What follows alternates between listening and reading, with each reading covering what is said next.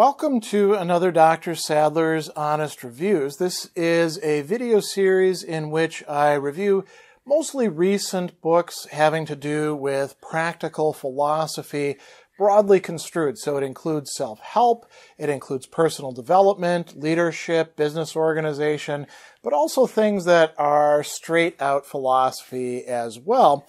And the book that I'm reviewing this time is Being Better, Stoicism for a World Worth Living In by Kai Whiting and Leonidas Konstantakos. So there's a couple things to say about this before I jump into it. First of all, this is a very timely review. This book has just come out. As a matter of fact, I've got one of the review copies, and Kai, in fact, weighed in and said, you got a copy before I did as the author. So that's always kind of cool. The other thing I will say is Kai is a personal friend and colleague, as is Leo. And it's always nice when you're reviewing somebody's works that you're connected with if you don't have to have too many bad things to say, and that's the case, because this is quite good. I do highly recommend this short book, and I'll tell you why in just a few.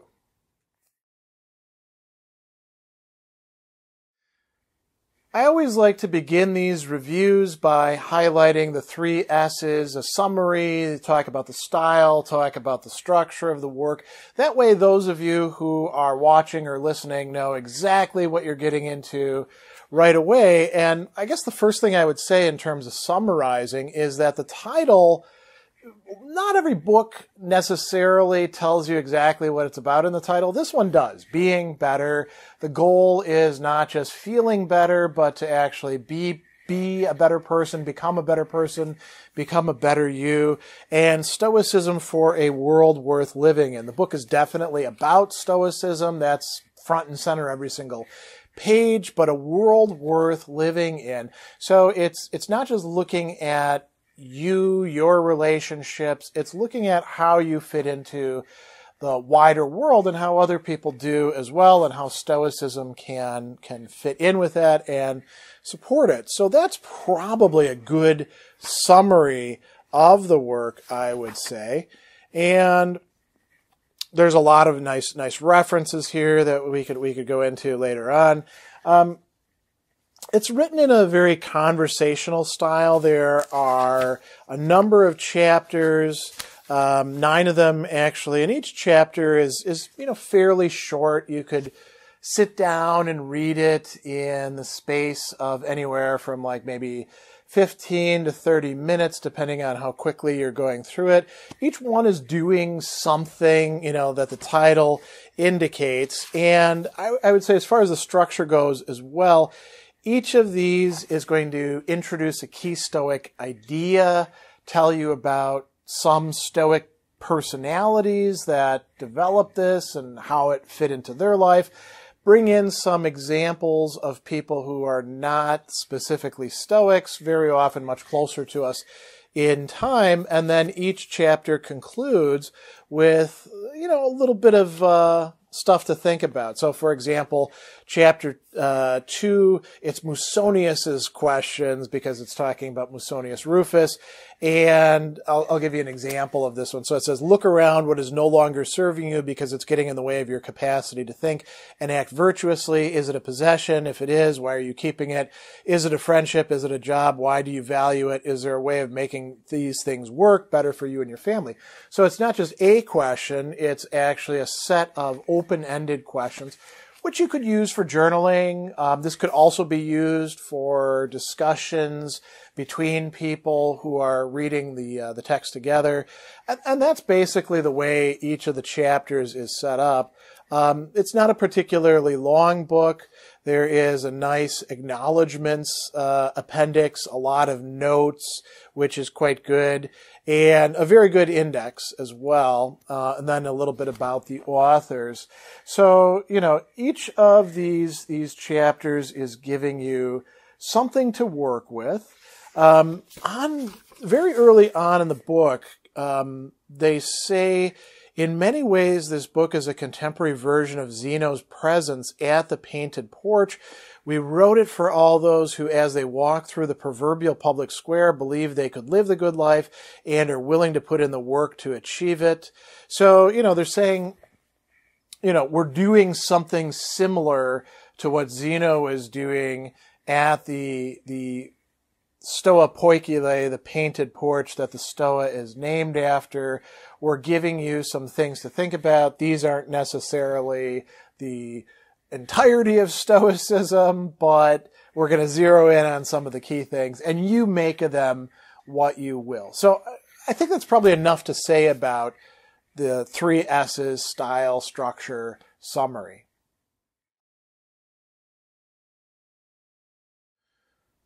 Let's talk about some key ideas that are put forth in the work.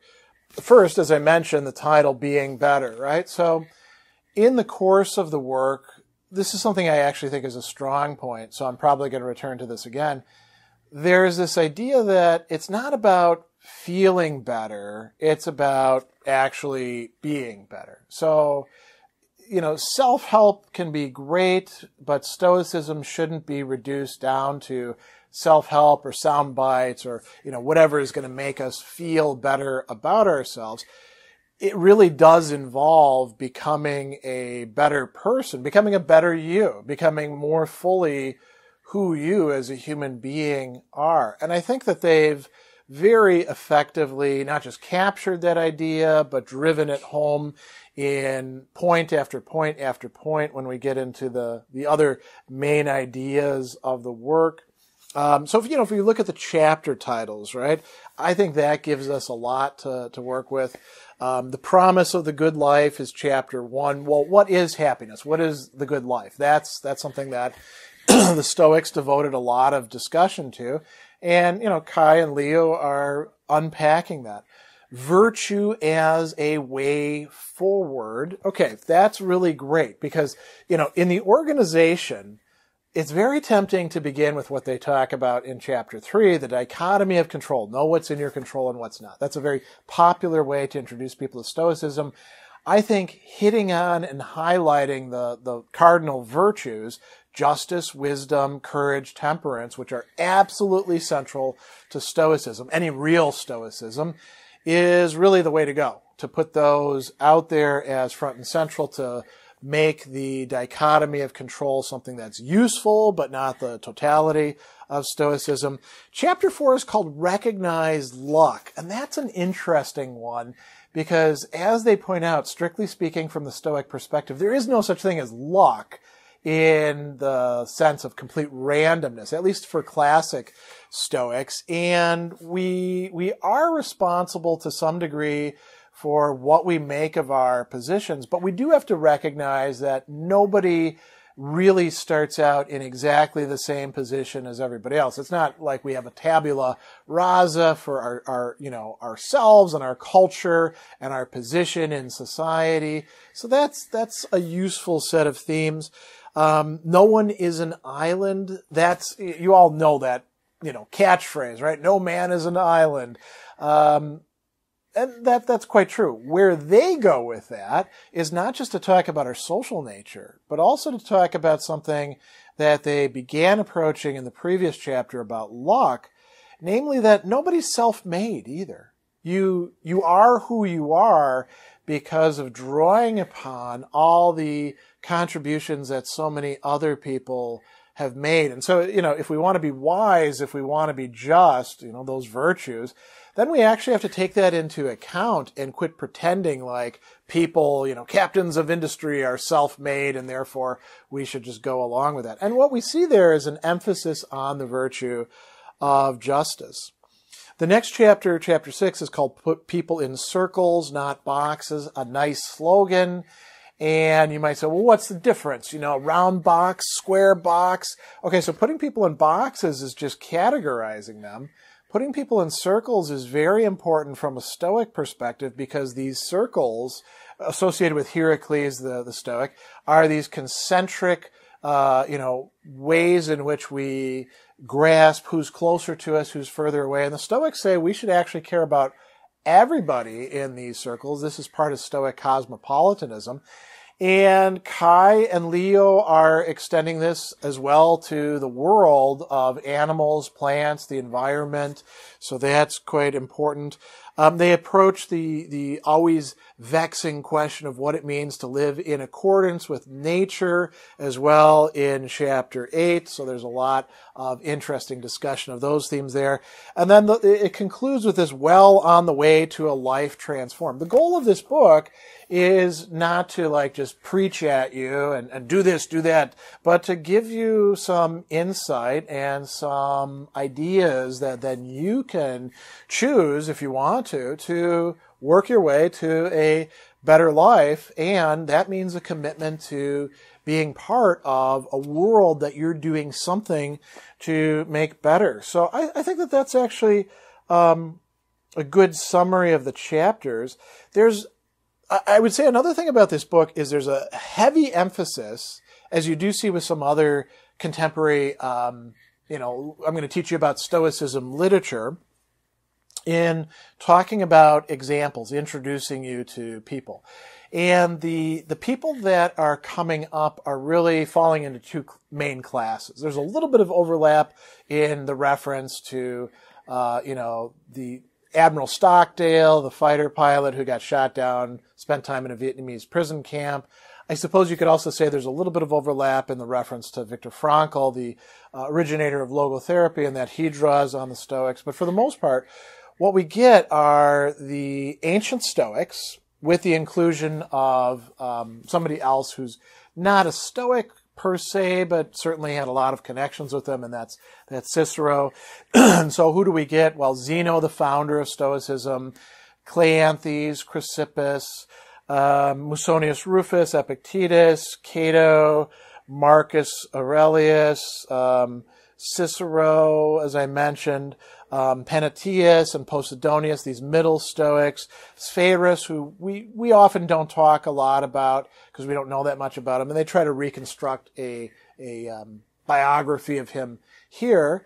And then, of course, Seneca, right? So there's a lot of references to the classic Stoics, and part of the idea here is to not try to summarize the entirety of their works. Heracles, by the way, also gets mentioned, but to cull out what is going to be particularly useful for the reader in this.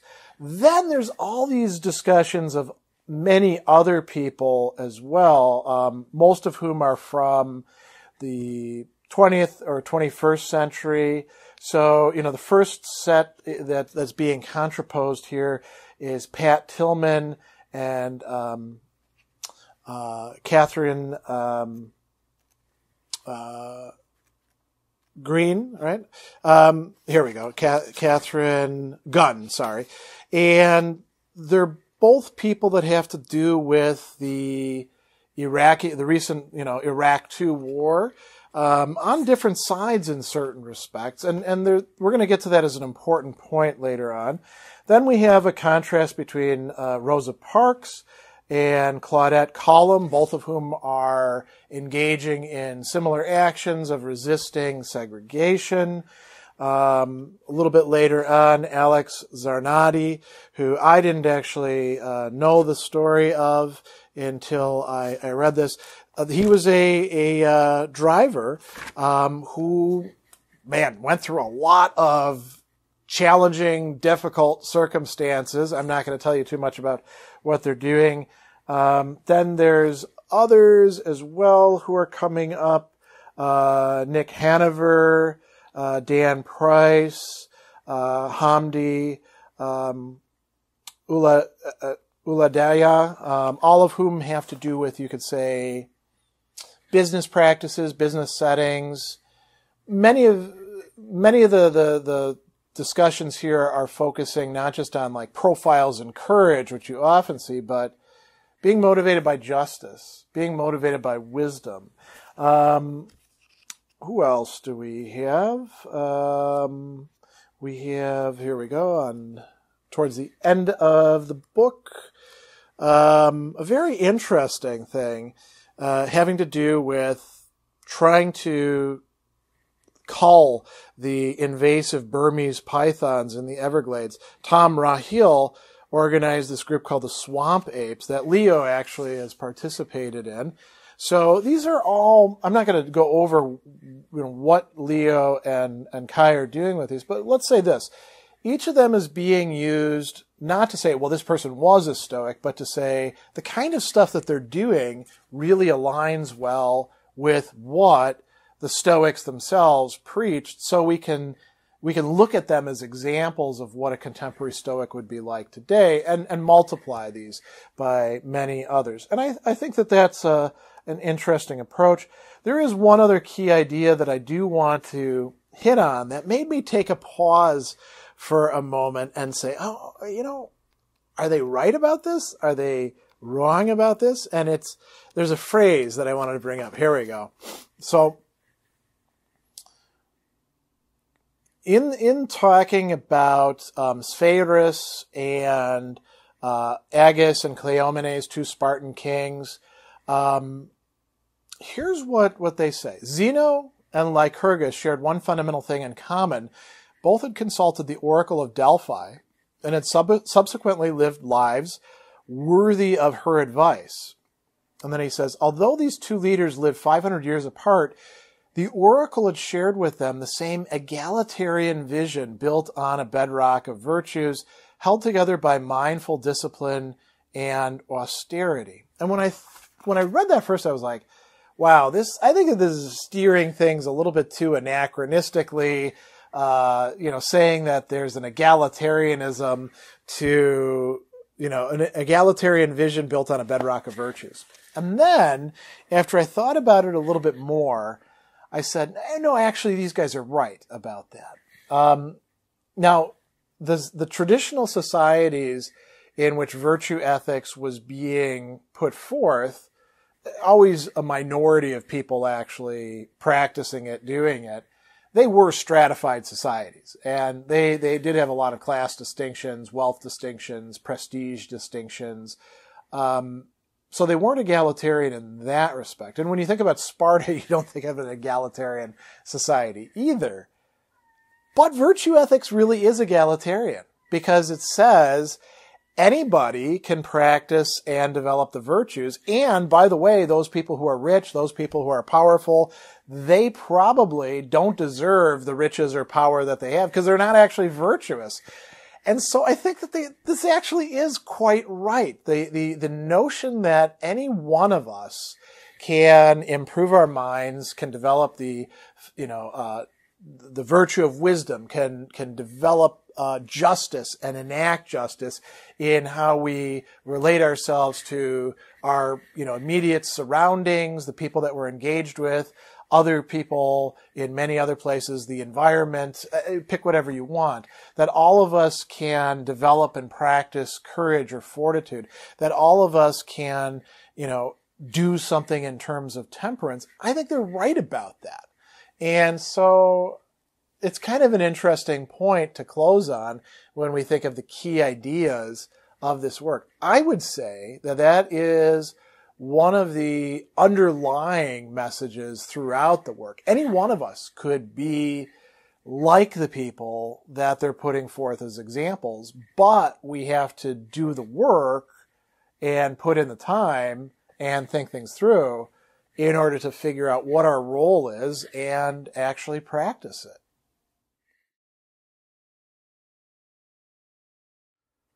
So I think there are a lot of good points to this short book. I'm going to just run through them fairly quickly. I think it's very well thought out. Kai and Leo clearly put a lot of time and discussion into what would be a good book to reach the ordinary person who likes to read and maybe doesn't know that much about Stoicism, but also write a book that could be interesting for those of us who've been studying it for quite a long time and practicing it.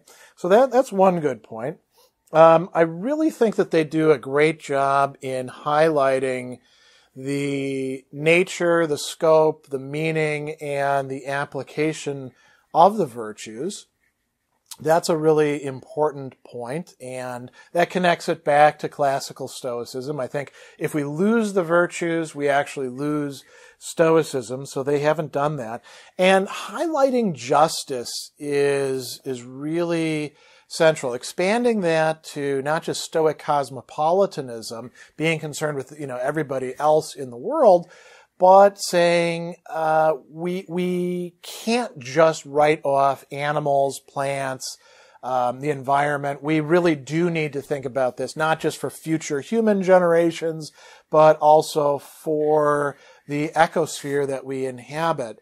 So they're bringing a lot of, sustainability ideas into this. Sustainability, by the way, isn't just about, environment. It's also about sustainable economic practices. It's also about promoting all sorts of other things connected to it as well. So, they are really bringing those robust perspectives in here, and I think that's something that's needed in contemporary Stoic literature. All too often, the environment gets the last chapter, and that's about it. That's not happening in this. So we can talk about, like an unavoidability of being concerned about the world community, thinking about economic justice, thinking about, key ideas like, minimum wage or how, who we prioritize and privilege in terms of policies. All of those can figure into this. And they give you a few examples, including among these people that they're holding out as exemplars. If you have a company, you don't have to buy into the trickle-down theory of economics. You can actually, change the way your company works so everybody gets paid a decent living wage. That's one prime example here. Another thing that I really liked about the book is, and again, I think this is a little bit different than the way many people in the present approach Stoicism. So there's a little bit of a digression and maybe even a little bit of a rant, but in all these Stoic forums, there's people who are saying, what's the Stoic position on this? What's the Stoic position on this? And the answer from people who don't really know is usually, well, it's this or it's this. And they might throw in a quote. The answer from the experts is usually, well, it depends, right? And this highlights the need to use the virtue of prudence. So, in respect of the Iraq War, right? Early on in it, they have this, as I mentioned, a great discussion with two different people. Pat Tillman, who goes off to fight in the war, right? He leaves a pro, football contract and goes to Afghanistan, gets killed over there. And then we have Catherine Gunn, a British translator who leaked top secret memo from the NSA because it represented a request for assistance in blackmailing or bribing the 6 non-permanent UN Security Council members. They're officially on two different sides of the war, right? But they're both acting with justice. They're both acting with courage. They're both exemplifying what a Stoic ought to do. So a lot of what is the Stoic position on this, it does involve some, paying attention to the specifics, the particulars of the situation. It doesn't relativize everything. As a matter of fact, it makes it even more rigorous. Great example of this is where they're talking about the virtues and how to apply this to eating, right? So they were talking about, whether they should choose dairy or not. They're looking at plant-based diets. And they talk about, this is early on in the first chapter, courage. We recognize it takes guts to confront governments and corporations over how dairy products are sourced, right? Justice. We take the time to research and deeply consider how and to what extent industrialized dairy production is linked to forced migration and ecosystem deterioration, right? So very big picture stuff. Self-control. Leo and I like the taste of milkshakes and dairy ice cream. So maintaining a dairy-free life takes a certain amount of discipline or self-control. Wisdom, Leo and I try to learn about what we eat since we make decisions about food every day. And then you notice, though, after discussing this, they say, Leo and I don't restrict our food choices because we derive pleasure in being picky, awkward, or sanctimonious. We don't do it because we want to tick a box or be well regulated within a certain vegetarian or vegan community. We don't do it to impress the neighbors or to prove to ourselves how disciplined we are. Choosing not to do something requires discipline, but if building discipline were the goal, we'd join or rejoin the army. Avoiding dairy is one small way we try to live out Stoic values and principles by fostering a better world. But then they also say, what do we do when we're at somebody's house and they have this stuff? So he says, even though Leo and I choose not to drink cow's milk in an ideal situation because of the unjust way it's produced commercially, there is no Stoic argument to support the idea that drinking dairy milk is always bad. Deciding to be gracious, polite guests is one situation that calls for flexibility, especially when refusing milk or milk products might seem rude or could embarrass our hosts. And actually one of the people that they discuss in here is the founder of Chobani yogurt, right? So, I think this is a really great point. And that's one of the things I really like about the book, this sort of stress on the need to cultivate and use prudence, that it's not so simple as finding the Stoic solution to everything and then just practicing that. It's a continual process of thinking things out and oftentimes having dialogue with other people. So those are the things that I think are strong points of the work.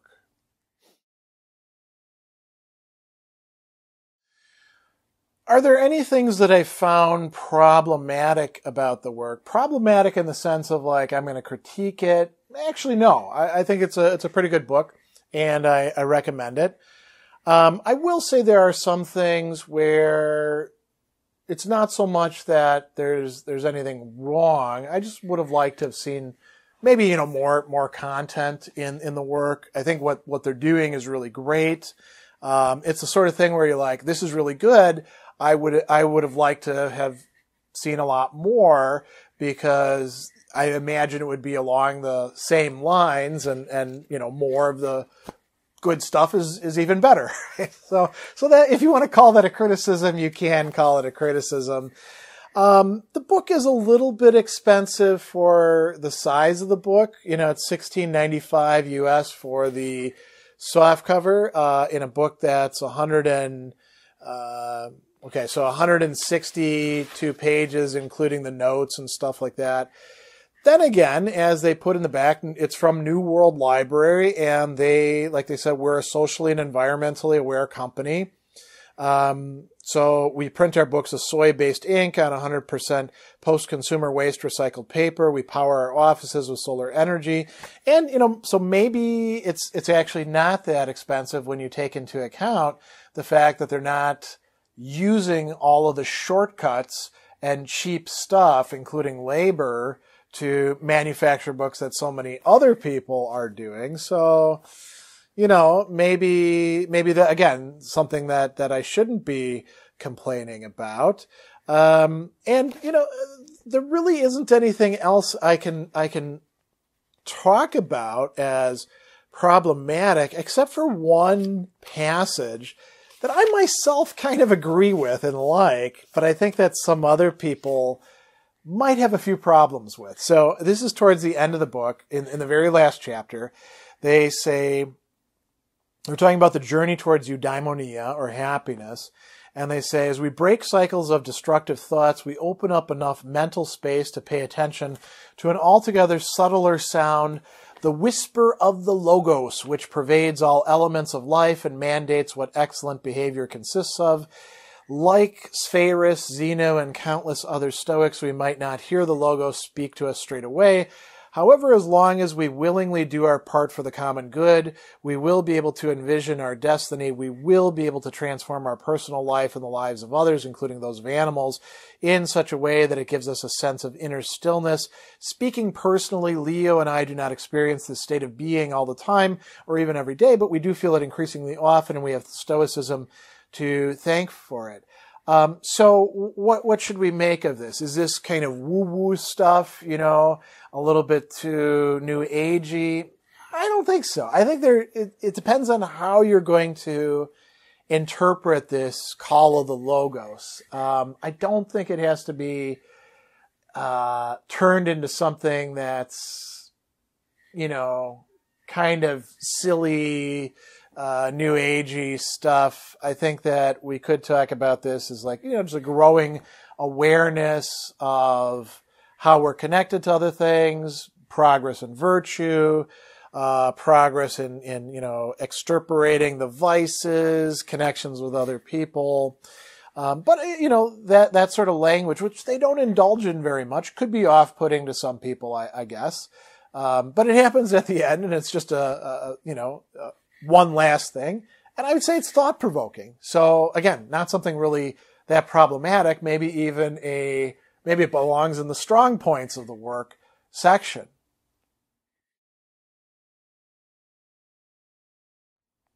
My final thoughts. So I recommend this book, even for people who are well-versed in Stoicism, who, have read a lot of the literature and are practicing it.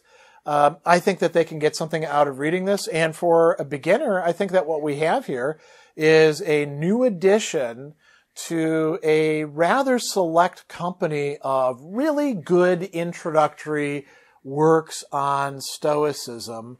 As a matter of fact, if your goal is to pick out, examples, people, if you want an example-based book, this is probably the one that you want, not the others that are out there that make implausible cases for people being Stoics who aren't really Stoics. This is a very careful discussion of that, and it's, very informative. I do like these questions in the back. I think this could be a great book for not just introducing people to Stoicism, like you give this to somebody, but maybe for Stoic fellowship groups or other classes, seminars. This actually could be a great book to recommend. So I highly recommend it to you. I'm always happy when, people who I'm personally connected with, if they send me something that it turns out well, so I don't have to say bad stuff about it. And that definitely is the case for Being Better: Stoicism for a World Worth Living in. Leo and Kai put together a really solid book here.